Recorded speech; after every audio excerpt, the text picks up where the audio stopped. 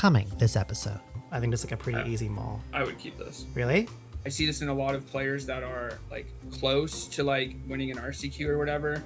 My dream is to play on the Pro Tour, and that's why I trapped streamer MisplacedGinger with a box of Goth Girl picks to coach me through a narrow loss on Rakdos Vampires, a red-black mid-range aggro-leaning deck that features Sorin and Vainripper, versus 5-color Bring to Light, an 80-card control deck that buries you in cards thanks to Yorion in the side. So let's see what happened. There we go. Here's our first 7. So I mold this just like there's not a lot going on, right? All we have is like a Harvester and a Loot Scoot. So I think this is like a pretty easy mall. I would keep this. Really? Yeah. Okay, why is that? Why is that? The reason I want to keep this is 'cause the only thing that improves your hand is a Thoughtseize. And so in the matchups with Yorion, I want to be aggressive. I really want to be able to go 2-drop, 3-drop, 4-drop. Obviously, like, Thoughtseize is the best thing to lead into that.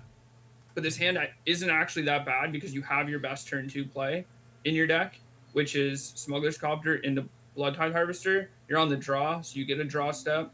You could hit a thought. It's unlikely you hit a Thoughtseize, but you could hit a good 3-drop like Fable or something. And then the biggest reason is you're not really getting any better on your 6.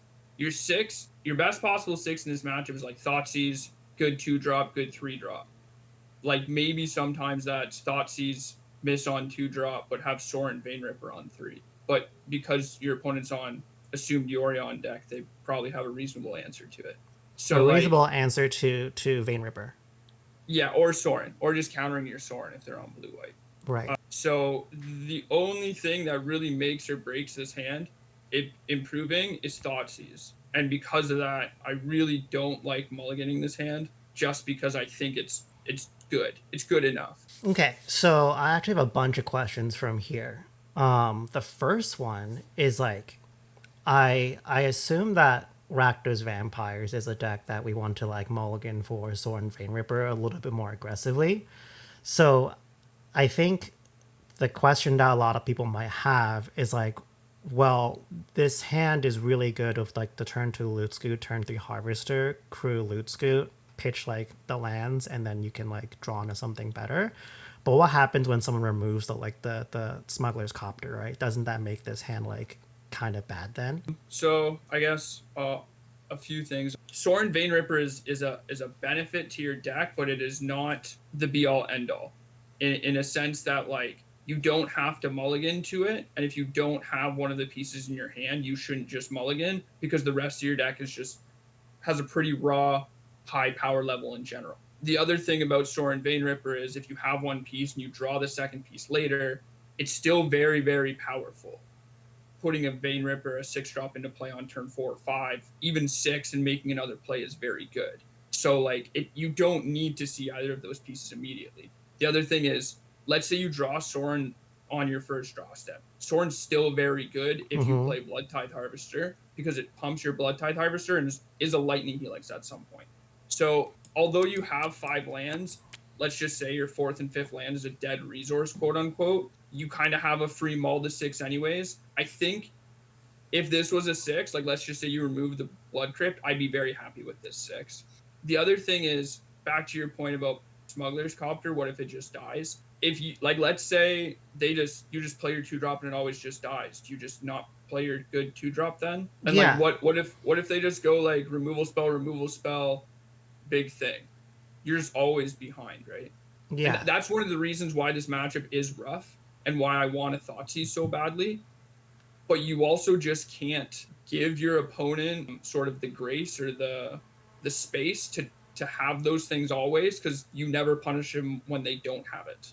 And that's how you win this matchup, is you have to commit to the board early, pressure your opponent, force them to have it, and when they don't, you win. And because your deck is so raw power, so like very synergistic, it's very punishing the times where they don't have 3 removal spells or 2 removal spells. They only have 1. So like going into this matchup and with Rakdos in general, you really want to be like role aware of who you are in the matchup because they are default the control deck because their deck's very slow. You want to beat the shit out of them. You want to show them that like you can't play a tri-land on turn 3 and hope to win the matchup because I'm attacking for 9 or whatever, right? The best way to do that is just put your creatures into play and throw them at their face. So like, that's why I like looter scooter. Also like, they have removal, like whatever, they have removal, let them have removal. So what it sounds like to me is that this hand was keepable because it does fit into the role that we want to be at, which is being aggressive. And then the smuggler's copter, the loot scoot also does a good job getting rid of the dead resources that we have. Yeah, it's your best 2-drop in the deck. You also like, you're not getting many better 6s, and yeah, it fits your role really well. Yeah. Even if like, yeah. So unfortunately for us, I mulliganed it. So I was gonna say, I think this is on the bottom range of keeps. Like if you mull this hand because you're like, I really think it's important to have a Thoughtseize, or I really think that like I can hit, or like I get a free mulligan because I have 5 lands, and even if I see 4 lands, the exact same 2 cards, that's like a fine 6. Like that's a fine reason to mulligan. But I would keep that hand because I think it's a reasonable 7 to keep. But it's certainly on the lower end of keeps, if that makes sense. Yeah, I think what I'm learning from this is just like we identify that most of the roads to winning this game involves putting a 2-drop and a 3-drop and it going to face, right? And that's what the hand does specifically. So even though like the rest of the hand is mostly lands, which might look scary in the beginning, just thinking more about the role, it makes sense. So I kept this one. Because first of all, I actually didn't know how the Yorion deck worked. And now after we heard more about what we're really looking for, I can see that this hand's actually not nearly as good because we have like 3 not really good cards against Yorion. Like I think Shieldred's Edict is like pretty good when you're behind when that Niv Mizzet's here, but you're like dead anyways when they stick the Niv. So I kind of wish that I had a lose. This hand is definitely worse than your first one, but it's not as bad as you think it is. The fatal pushes are definitely dead draws, and I assume if you keep this, you bottom the fatal push. But the important thing is that the edict is actually really good because it hits their Sylvan Caryatid, which is their best turn 2 play. Got it. So the other thing is like their deck is very mana hungry, very mana intensive. If they miss on a color of mana, that could ruin their entire game. Sylvan Caryatid carries a lot of weight, and so does Fable the Mirror Breaker. So because Caryatid has hexproof, you can't target it with push. Edict is the best way to answer it. Unfortunately, like we're on the draw, so we don't get to like play Blood Tithe, untap, Edict them, and attack for 3. It kind of makes it awkward. But if they don't have Caryatid, we get to keep the Edict, and then their best turn 3 is like Fable the Mirror Breaker, and then we have the fatal push, and we can save the Edict. So like our game plan isn't bad. I think it's worse than the first one because we're not as aggressive when we want to be in this matchup. But like, this one's not actually that bad. Got it. So I put away one of the pushes, and then let's see what they do. So Temple Garden, then we draw a Fable, which is pretty good. I mean, it's pretty good to follow up on the Harvester. So here we just play Blood Crypt, tapped because there's nothing that the fatal push can hit, and we might as well just save on the life. Pretty standard stuff. Yeah, let's see what they do. Nothing. That's great. Because it's great because they don't have the Caryatid, right? Or they don't have Beanstalk. Right.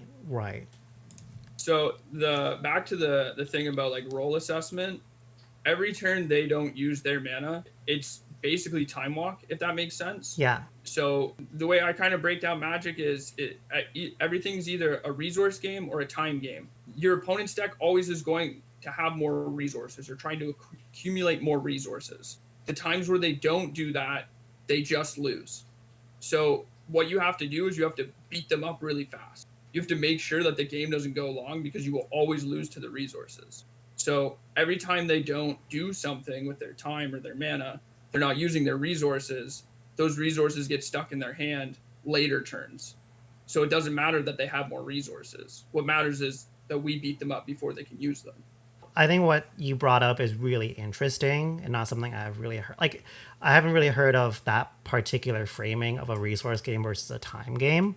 Like, there's a lot of similar kind of like thinking around it. But what's interesting to me is that like different Magic games or matchups, those different games like matter differently, right? Wait, 1 second. In this game, we want it to be a time, like time is more important to us because they're going to beat us with time, right? If we can deny them of time through aggression, then their resource game is going to matter much less, which is basically kind of what you're saying. A lot of archetypical breakdowns in Magic decks sort of revolves around that idea. If you have like aggro, mid-range, control, and then combo in some area elsewhere, aggro is always trying to kill you fast.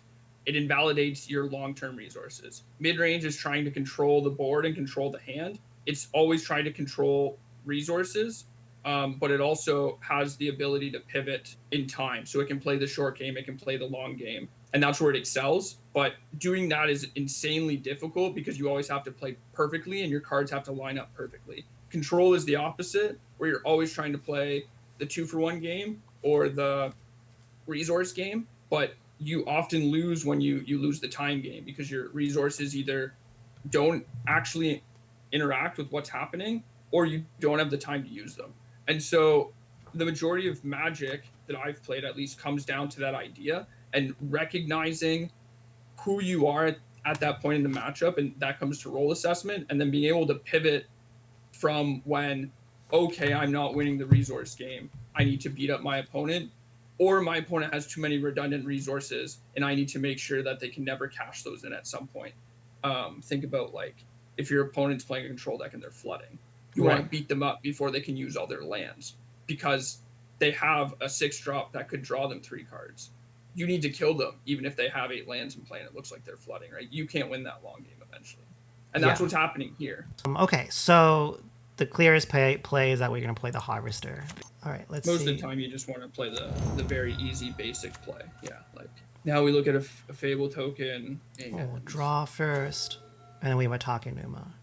So we could play Fable, or we can play Zealot and Fatal Push. And let me try and work this out first. So if we Fatal, I think I want to kill the Goblin Shaman now. Like I don't want to let them attack with it because I think having them ramp them a treasure and that can color fix is like pretty strong for their deck because they can have like turn 4 Niv and we just die. So I think that's pretty crucial. But we could do that multiple ways. We can crack our Harvester to kill this and then play a Fable, or we could just Fatal Push the thing and play Zealot, draw a card, and have a bit more pressure next turn. So I'm more inclined to play Mutavault, Zealot, Fatal Push, attack for 3. Yeah, I agree. Let's see if I do the right thing. Great. And then we push it and slap face. So they pitch a Pillage the Bog and the Omnath. So that's good. To me, what I'm thinking is that they really need the land because both of them are pretty good cards, right? I guess they don't have black, so they really desperately need to get rid of that, like, draw into something. And then I guess either they have another Omnath in hand or they just don't have the land for it and they have like a lot of removal maybe and they want to just it could be like Deafening Clarion, and they have like because they did that on 6 cards. So if they have either lightning, because I'm assuming they have a 5-drop and they need to get to that 5-drop. I think you're right, they need to hit lands. If they have something like Lightning Helix or Deafening Clarion that basically draws them 2 draw steps, kills an attacker and gains them an attack step. So I assume it's Wrath, or it could be like land up the Beanstalk, Lightning Helix, or they could have literal nothing. Like they could have just like 3 Nibs or Bring to Light and they needed lands or something. Got it. I actually didn't think about how Lightning Helix like draws them a card because of the life gain. I think about that when I'm playing Burn, because against other aggro decks is basically giving yourself like an extra draw or like countering one of their burn spells in the race, but never thought about it from the other end. So that's pretty interesting. Well, that goes back to the time versus resource, right? So Lightning Helix isn't literally a divination, but if you gain 3, like if you kill the Blood Tithe, this could be still. If you kill the Blood Tithe, you basically undid an attack step and killed the creature from attacking the following turn. Yeah. And my assumption is that they drew the Swamp and the Ancient Cornucopia from the Fable, because if not, I don't see why they would pitch the Pillage the Bog. Well, they had, it was Fable Passage, right? So yeah, I assume they drew the Fable Passage. Sorry, yeah. Yeah. Okay, we'll move to the next. Them fetching turn. Swamp is interesting, though. Them fetching Swamp, because The only cards are Pillage the Bog for black and Niv itself, but they have Ancient Cornucopia that can make black. Well, they discarded the Omnath. Yeah. Which is really good in this spot because it gains them life and is a 2-for-1. So it's either exactly Niv or they have like double Leyline Binding or something. Oh yeah, interesting. I'd have totally forgot about the Leyline. All right, so we just drew Sorin, right? No, or an upkeep, right? Last turn. I totally missed that. There's like a lot of decisions, right? So when you're put in a position like this, when you see like there's a Sorin you could play, there's a Fable you could play, you could animate Mutavault on attack. There's like a lot of different ways to go about it. What's like the first thing you're thinking of before you even take the turn? Well, so in this main phase, the first thing I want to decide is, do I want to attack? I do want to attack. I then think about how much damage do I want to do, and that's relative to how fast I want to finish the game. I would like to finish this game in 3 draw steps, probably. So there are 15. I have 4 currently. If they have nothing, they go to 11. If I play this Fable, it's another 6, so 5. So that's 3 draw steps, basically. That's if they have literal nothing, that's good enough. If they have Helix, really hard to beat. Probably can't play around that too much. And then follow-up is if they have Leyline Binding, still hard to beat. Not really doing enough damage. Probably going to be playing for 6 or 7 turns, unlikely to win. With all of those circumstances in mind and weighing them against each other, it's likely that this game is not going to end in 3 turns unless we get pretty lucky.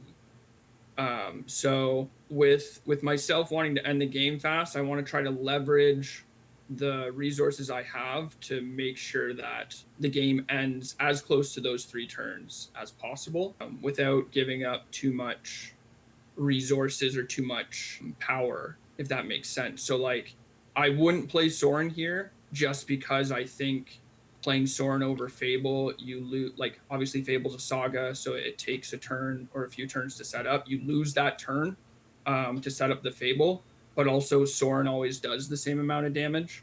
It always does 3, it always does +1, where Fable this turn does +2 next turn if you attack with it, and gives you mana.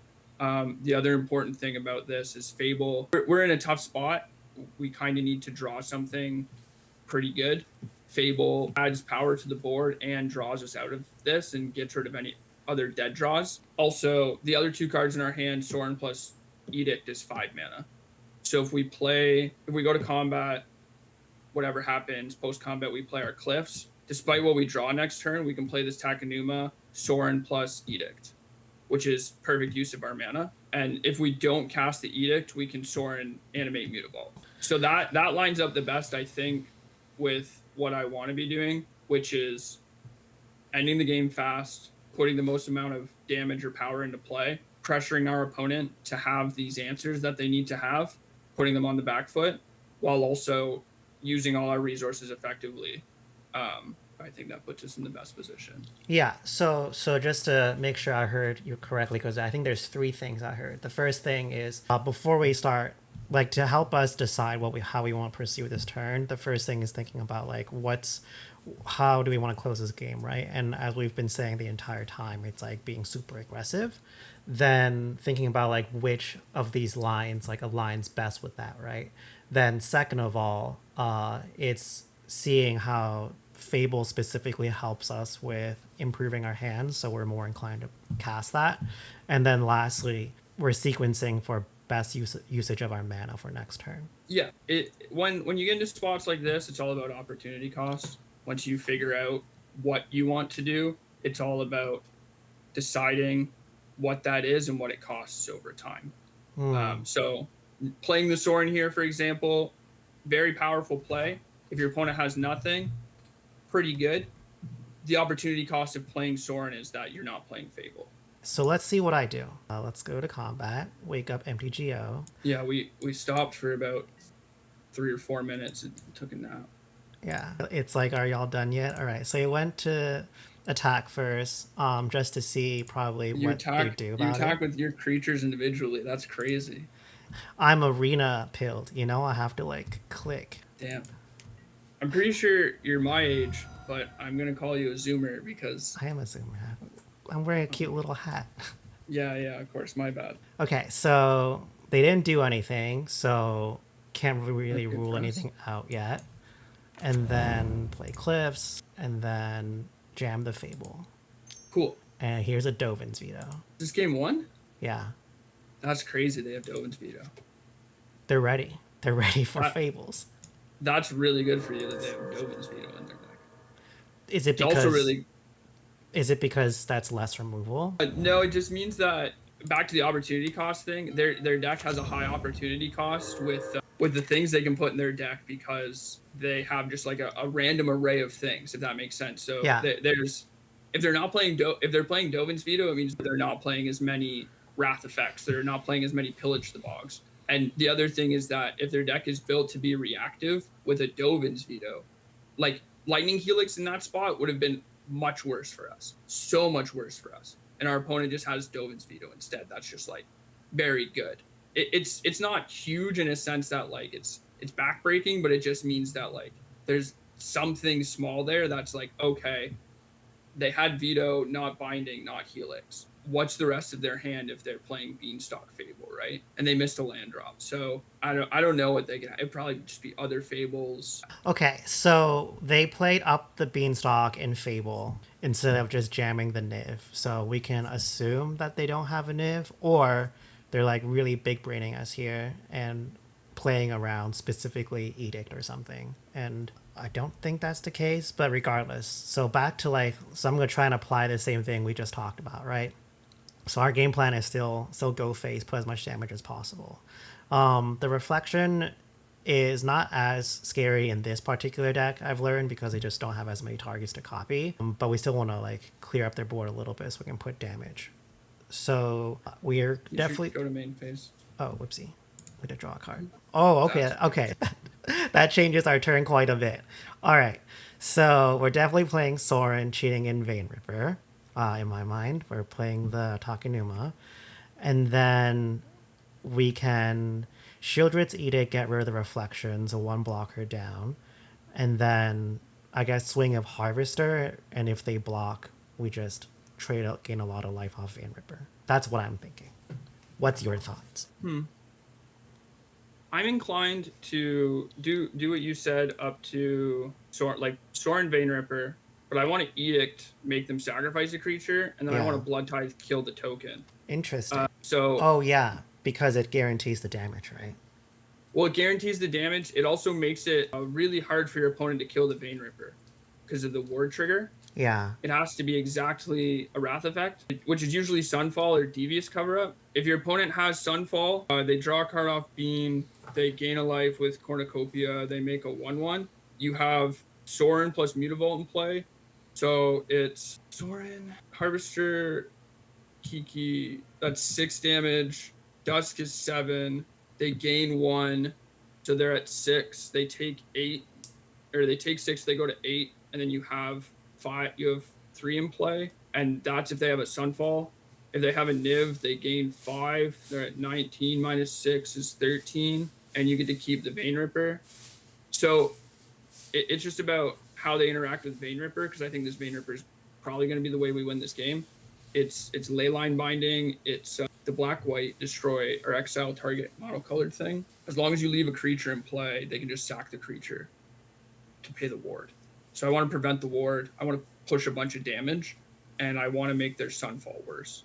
The attack is also like, if you attack for 3, it's less than just killing the creature, because killing the creature is 4 damage. Yeah. And it prevents the removal.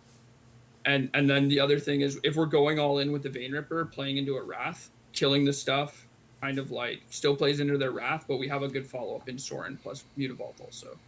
Yeah, that makes sense. So you said you played Burn, right? Yeah. Vampires at some point just functions as a burn deck.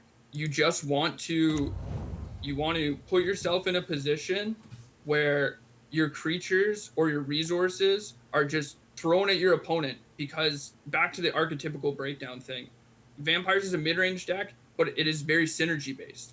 If your synergies get broken up, like let's say you make the play of attack Blood Tithe here, and your opponent untaps, attacks with Goblin before blocks, they exile your Vein Ripper, right? They get the treasure, they do a bunch of things. Your synergy's now broken up. Your deck kind of falls on its face. The way you're getting out of that is just trying to deal a bunch of damage to your opponent. We're playing the clock race again, trying to end the game. At some point, most of your Vampires games just come down to that. You get your opponent to somewhere between the range of like 1 and 8 life, and you just need to be a burn deck. So in those early turns, you need to figure out the best way to like put yourself in position. Yeah. So every time you miss a few points, you give your opponent another turn, like a draw, you give your opponent another play. Yeah, and see, so that when you say Rakdos is a burn deck, everything makes so much more sense to me. Or like it gets to like when it gets to this point, it's like is a burn deck. Everything makes a lot more sense to me because like I can then like envision like basically like how do we trade cards into like a bowl and how do we like resolve spells and like guarantee damage on it, like all of those principles then directly translates here, which I never really thought about. This is kind of the essence of how I view Magic, because everything is very resource based. You inherently have a lot of gameplay that revolves around things that have a lot of resources and have no resources, or have just the right amount of resources, and that's like combo deck. This Vampires deck sort of functions in the middle of that circle, where the format has forced it to be a very synergistic all-in deck, but because the rest of the format can't really interact well with that, it excels over the top. The issue is when you get interacted well with, you then have to find a way to win. Yeah. That is now you are a burn deck. So back to the start of this turn, you said you wanted to attack, see if they block, good, whatever. If they don't, you deal 3. You actually want to deal 4. It's an extra point. You want to kill the creature so they can't interact with your Vein Ripper, which is your other burn source. Like if they got to kill your Eidolon for free or whatever. They also have an Ancestral Cornucopia or whatever it's called in play. So like they're gaining life. You want to make sure this Vein Ripper sticks around. That's sort of like all sort of brings back to the plan of we want to end this game fast. Yeah. So here we make the pretty obvious play of Edict, and then let's see if I can. Oh, I made the right thing. I did it. I'm so proud of myself. The other thing is like, let's say you wanted to attack with the Blood Tithe. I would also attack with the Dusk Legion, because if they block the Dusk Legion, you deal 5. Yeah, interesting. And if they don't block the, like, let's say they block the Dusk Legion and not the Blood Tithe, it probably means they don't have a Wrath. If they block the Dust Legion but not the because they're keeping the creature, that makes sense. Right. Yeah. I mean, it does generate a treasure, so that's not always true because it has value in their turn, but basically like they need to find. Oh, they did have the Valky. It was Land Valky. Is Land Valky, what did they do? They cast up the Beanstalk and then passed with 4 cards in hand. 3 mana open. So there is no Wrath because we assume like they would have definitely Wrath there, right? Yeah, they won't die from it. They probably don't have Niv, right? They only have 5 mana. If they play a Niv and we have no cards in hand and we draw like an answer. Niv would kill them. Niv would kill them because. Oh wait, I guess no. They gain 4. They go to 13.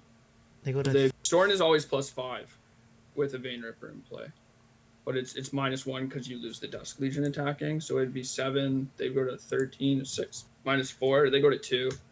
What do you mean? Draw a vampire. Wait. What do you mean it goes +5? So Vein Ripper deals 2, and then Sorin deals 3. Oh, I see. Yeah. Oh, okay. So like if they play Niv and they go to 13, they don't play a land. You attack with everything, and they block the Vein Ripper. That's 2 creatures dying, so it's -4. It's -3 in combat. So at 7, and they go to 6. The Sorin is -3. If you draw Sorin, you kill them. If you draw another vampire and throw the vampire pre-combat, they go back to 8. If they block the Vein Ripper plus the 2 creatures, that's 7. They go to 1. So Sorin's not. I guess if they did have Niv, they would probably jam it. Is sort of the conclusion I'm coming to. But the thing is, like, if they do have Niv, they're also in a very dangerous spot. If this is Helix and they're killing the Sorin in your upkeep, I don't know why they didn't just do it. Oh, because they want to gain life. Okay, this makes the most amount of sense. Oh, I see. Because last turn they gained the life from the Beanstalk. Yes. So this is +5 life. Wow, you're really fast at calculating that. I've played a lot of Magic.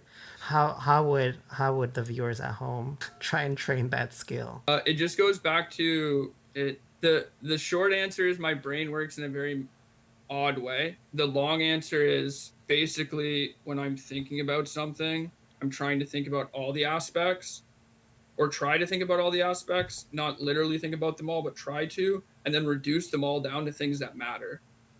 The easiest way I can explain this is when you have 20 power of trample and your opponent's at 15. The easiest way to figure out if your attack kills them is just counting their creature's toughness. Right. Because all of your damage is going to hit them and all of the toughness matters. Yes. I get that. Yeah. Okay. I might have explained it poorly, but basically, when I'm thinking about games of Magic, I'm trying to think about all these things and then reduce them down to things that matter. So this goes back to like assessing roles. When you think about Magic, you think about like a one-to-one player basis. You're like, okay, I want to reduce my opponent's life total to 0. That's the easiest way to win. Yeah. Role assessment is the easiest way to break down how to get to that point. And then once you figure out role assessment, you do resource assessment. So once you figure out resource assessment, it's like, oh, I probably can't win the long game because my opponent has been 2-for-1ing me a bunch. But every single turn, they're spending all their mana, and I'm attacking them for 5. So their resources no longer matter. They're spending their mana, their time to do something. I've now reduced. It does not matter if they have K command. Doesn't matter if they have 20 K commands, because that no longer matters. What matters is them dying. I need to reduce that. When thinking about damage in combat, or over a few turns of attacking, or how many draws they get, I just reduce everything down to things that matter. So Vein Ripper plus Sorin is 5 damage. Vein Ripper plus Sorin, if it doesn't hit their face but it kills a creature, is 4 damage plus 3 life for me. Mutavault is always plus 2 damage. Legion Zealot is always a damage unless it dies with the Vein Ripper in play, then it's plus 2. And so it's all just like condensing everything. Yeah. I definitely... Okay, now I'm starting to see it, and I'm pretty excited about that. It's the reason why it's not the reason why, but playing so much Magic sort of allows me to just see more circumstances. And so when I see these very niche circumstances, I can, like, my brain can sort of like evaluate them in that spot, and then sort of think about, is this an anomaly compared to what will happen normally? Or is this something that it will happen more consistently and I need to adjust according to that? Yeah. So like this game out of our opponent, very, very basic game, very straightforward, except for the Dovin's Veto. That was a bit weird. They kind of stumbled on their mana. They played a few spells that matter, but they actually can't get out from underneath our pressure, which is what we wanted. This is very AB basic. Nothing weird about this one. I've played this a million times, etc.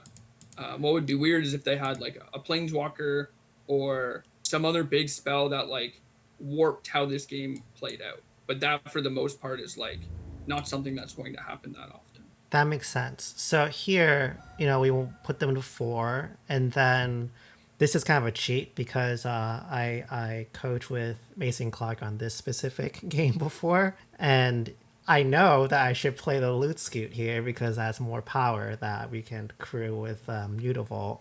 But what ended up happening was I thought, well, the Loot Scoot is not going to matter as much. What we could do is just save it for the blood token to like loot it with. But if I wanted to loot, I probably would have looted earlier. I should have looted earlier in the turn anyways. That's what I know about this particular play. Yeah, that's it's a good lesson in planning your entire turn or turn cycle, your opponent's turn also, before you make your plays. Yeah, what happened was that I just kind of like made one thought of like, oh, I should hold out your blood token, and never thought further than that. And then just committed to that for no apparent reason. Can we move to the next turn, please? MTGO, thank you. All right, so let's see what happens here. I know what happens. They never us? No. Okay, so the Abrupt Decay, oh, wait, can we stop? Yo, hey. Stop. No, it's all good. I think we're dead. Yeah, okay, so... You kind of punted the last 2 turns, eh? I did. I punted quite a lot because just to like go back on it, if I okay, so I made the thought of hold the card for the blood token, right? But I didn't think through the thought completely what card I want to draw, because if I thought about what card I want to draw, I would do it before main phase. And then if I did before main phase, let's say we pitched the Lutzku and we saw the Thoughtseize, that would actually mattered a lot, because then we would have gotten rid of one of the removal spells, and we might not be down a card. But we should have just played the copter anyways. And then The other thing is, yeah, you should have attacked with the Mutavault. well, I should have attacked with the Mutavault. That went really fast. I totally missed. Yeah, I totally missed attacking with the Mutavault for some reason. Yeah, I mean, you drew a card with the Lock Twain. Yeah. Yeah, so this goes back to like planning your whole turn sequence. We go back to when you had the copter. Obviously, there are better cards in your deck that you can draw. You can't cast them that turn because you're spending a mana. Yeah. And you have 2 left up. So if you're not using that mana, so like let's say you draw exactly Thoughtseize. Thoughtseize, good card.